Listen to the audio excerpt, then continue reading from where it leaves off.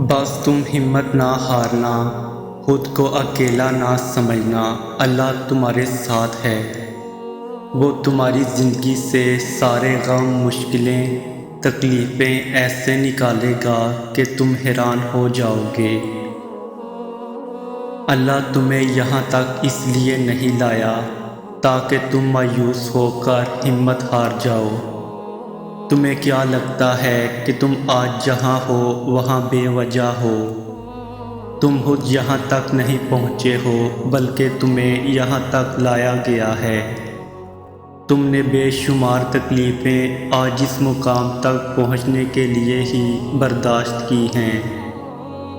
اتنا سفر طے کر لینے کے بعد آج جب منزل تمہارے سامنے کھڑی ہے تو تم کیوں ہار گئے ہو؟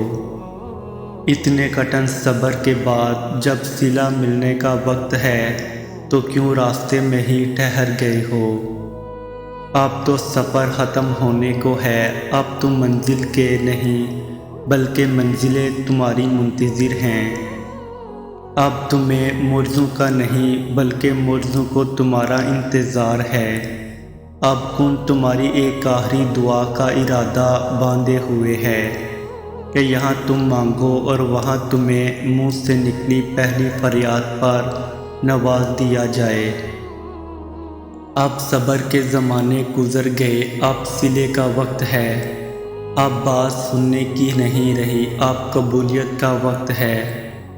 اب مسافتیں ختم ہونے کو ہیں، اب آنسو کے مسکراہٹوں میں بدلنے کا وقت ہے۔ کسی اور کا نہیں، اب یہ تمہارا وقت ہے۔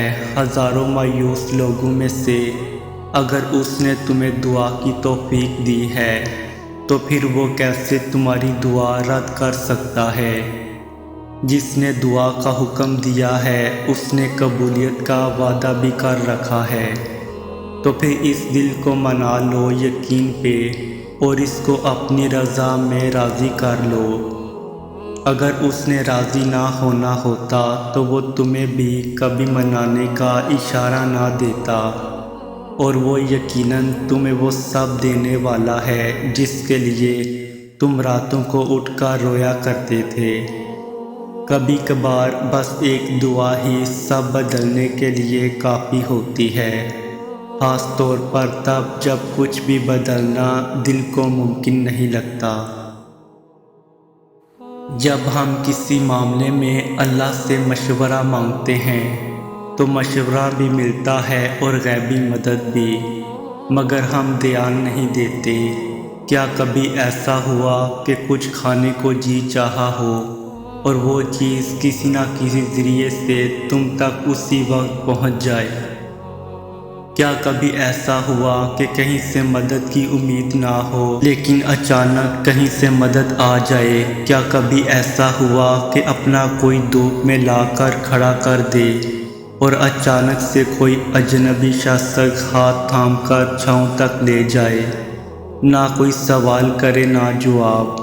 کبھی ایسا ہوا کہ سورج کی دہتی کرنوں سے جسم پگھلنے لگے اور اچانک سے بارش ہو جائے؟